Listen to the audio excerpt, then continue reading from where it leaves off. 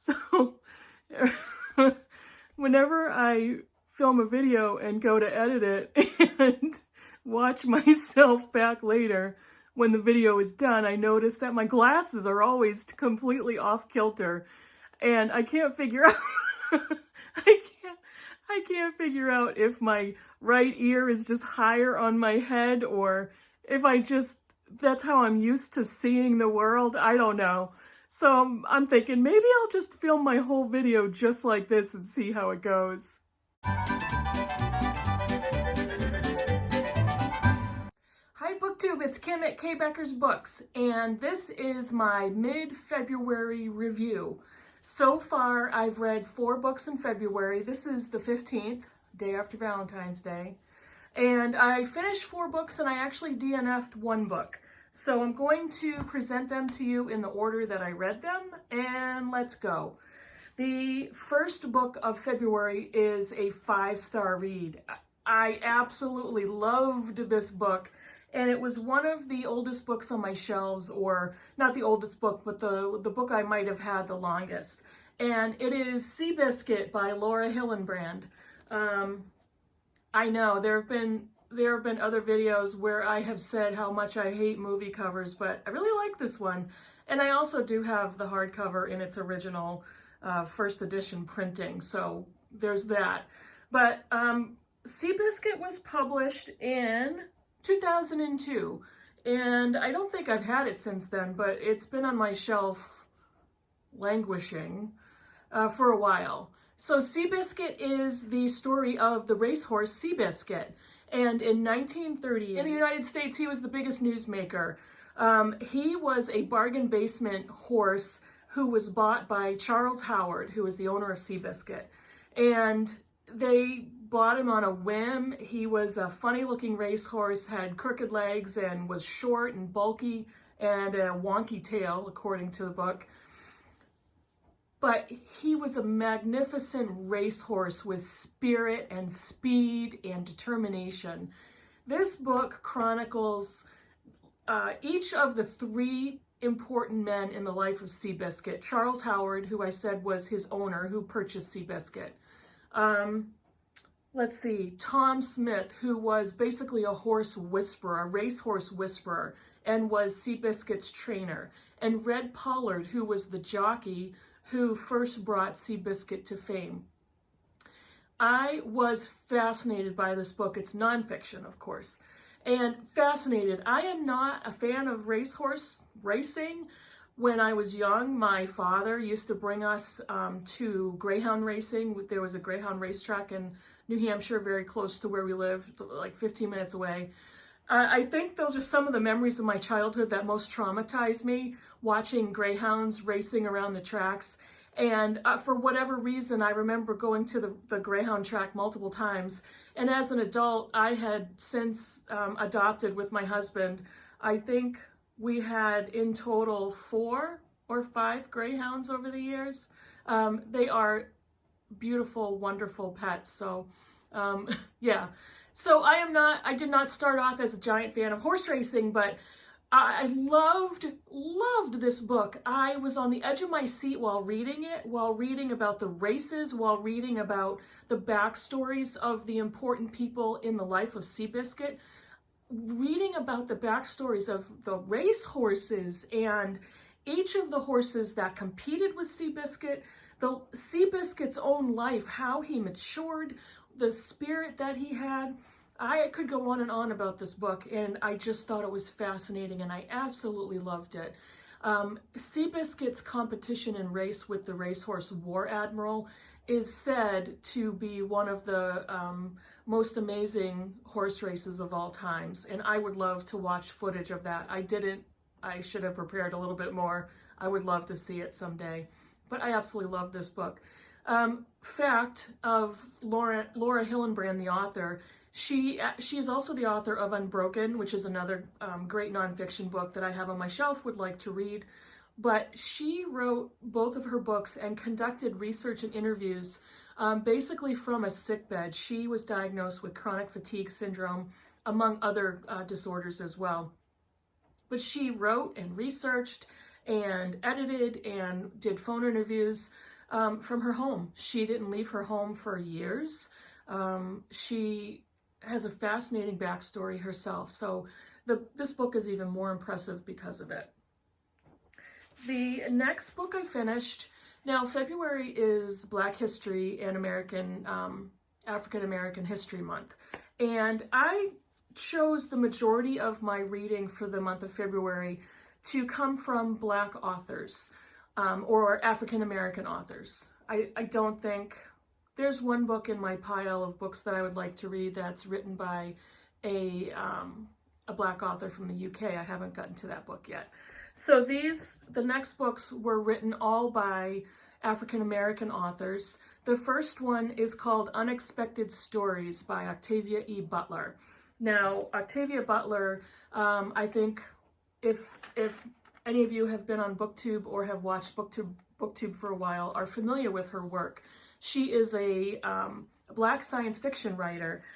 She actually passed away in 2006, and she was a Hugo Award winner, a Nebula Award winner, and she was the first science fiction writer to win the MacArthur Fellowship.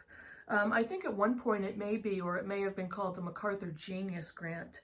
But it's impressive enough for a science fiction writer, but she was a Black woman in the world of science fiction writing. You know, any woman in the field of science fiction and fantasy writing is a vast minority, but for a Black woman writer, even more so. So her writing and her talent is quite impressive. The way she was able to break into that market and that form is basically an advantage to us as readers. Her writing is absolutely spectacular. I read Kindred many years ago and loved that book. So Unexpected Stories is a short book of 2 stories. The first one is much longer than the second. And these were published in 2014 posthumously.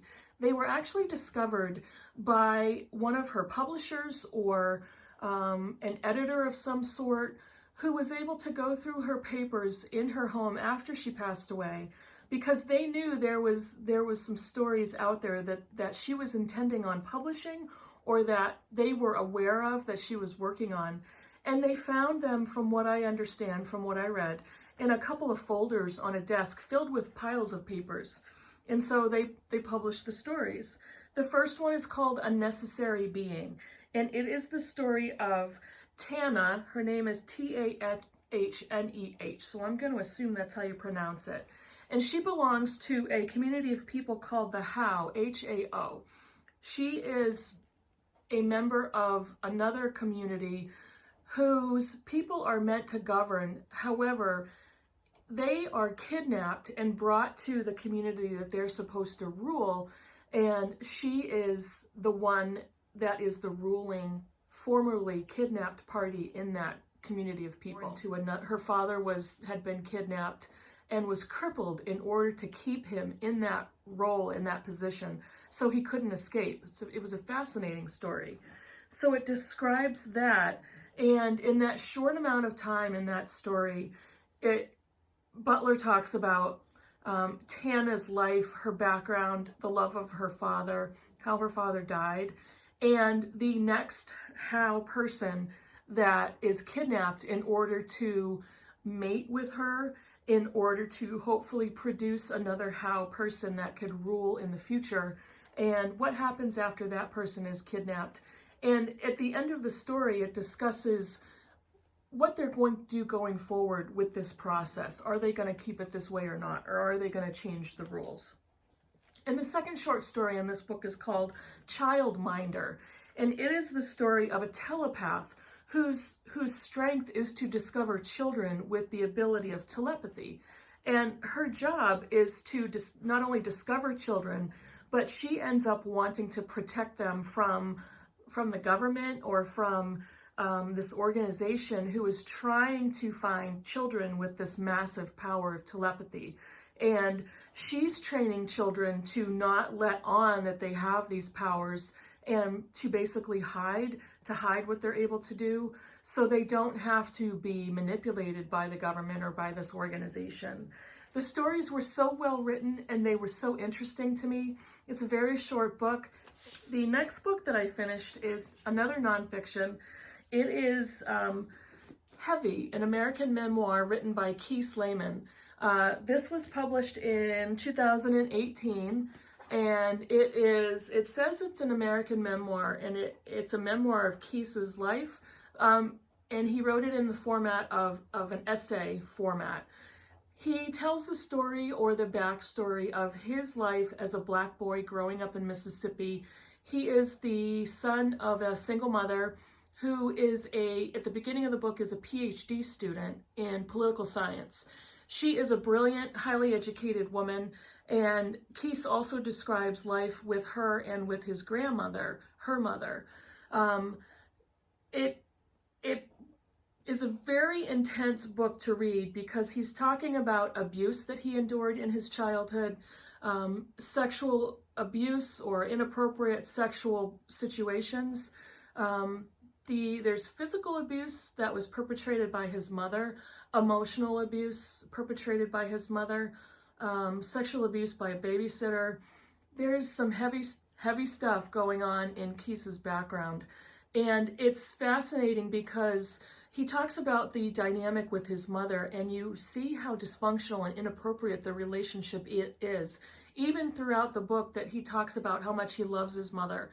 And he wrote the book to her, almost as if he's talking to her.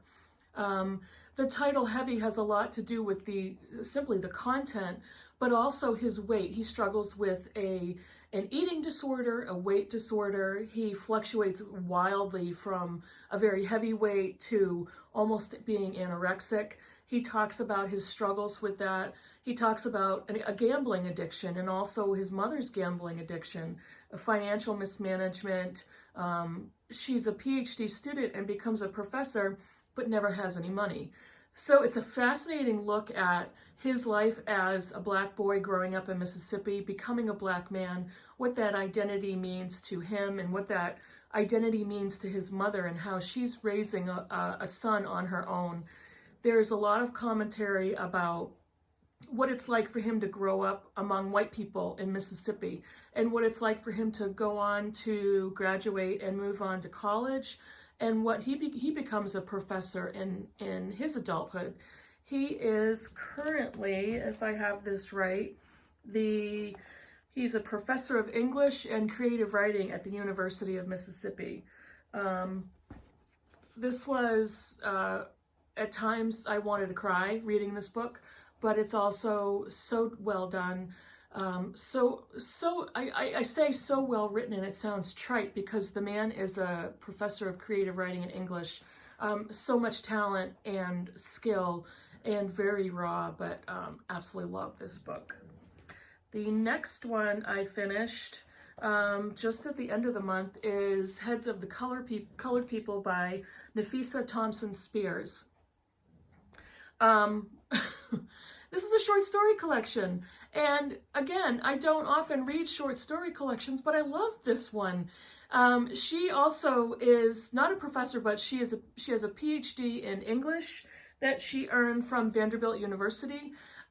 This book was published in 2019 at the very beginning of last year. I love this. She's funny and sarcastic and satirical and has some very dark humor, but some of the stories are hilarious and very sarcastic. She discusses Black women. She discusses the experience of Black men. And there's one story, let me see, I forget what the title is. Hold on, I'm trying to move fast, but I can't. The story is called Belle's Letters, and it's a short story about two mothers of daughters in a private school, the majority of which are white children, and their two daughters are the only Black children in the class. The story is not about their children, but about the correspondence between the two mothers. I howled laughing, but then I also realized how poignant and biting that story is, talking about the relationships of these parents to each other and also the relationships they have with their daughters. the stories are connected, so the daughters end up showing up in further stories in the collection. I really liked this and thought it was so well done, funny, sarcastic, enlightening, and really think you should buy this one. I had one DNF, unfortunately, in the month, and this is a brand new release. Wanted to like it, but this is Such a Fun Age by Kiley, Reid. This has, part of the story is something I absolutely hate in fiction, and it's the trope of the wealthy, angsty New York City mothers. The ones in this book are all white women, well-off, comfortable. I think all of them have husbands with all young children, and they tend to be the mommy blogger, mommy group type of women. I can't stand that book trope and that storyline. The fascinating part of the book is the main character, Amira, who is a 25-year-old black woman who is the babysitter / part-time nanny for Alex, who is Alix, is the well-off mommy, and her husband Peter. Amira babysits Briar, who is a 3-year-old precocious, adorable toddler, and the infant baby, and I totally forget her name. It's either Catherine or Caroline with a C. But I got about 27% through the book, and it bored me. I was not, Alex as a character totally annoyed me. I was not interested in the storyline. I would have loved to have read more about Amira's story, but I don't think I'm the audience for this book, and I unfortunately put it down. So that's what I finished so far in February. What I'm currently reading very quickly, I'm working on Joyce Carol Oates' Hazards of Time Travel for my book group in another week. I am also reading Invisible Man by Ralph Ellison. I will have much more commentary at the end of the month when I finish this book. And I'm also reading Jubilee by Margaret Walker. So Jubilee was published originally in 1966, the year of my birth. And again, I'll have more commentary on that book. I'm not sure I'll finish that one. That's a long one, and I'm reading that one on my Kindle. But that one was published at the same time that Roots came out, Roots by Alex Haley. And I since learned after doing some reading online that there was quite a bit of controversy and scandal about Alex Haley's book. A book that I was possibly planning on reading for March of the Mammoths, but I'm going to do a little bit more research and study on that. And so far, I love Jubilee. Margaret Walker is a wonderful writer, and I'm going to go from there. That's it for February so far. You're going to see me again at the end of the month for my wrap-up. I think I have a book haul video coming for you, and that's it, everybody. Thanks so much for watching. Subscribe and comment below, and I'll see you soon. Bye.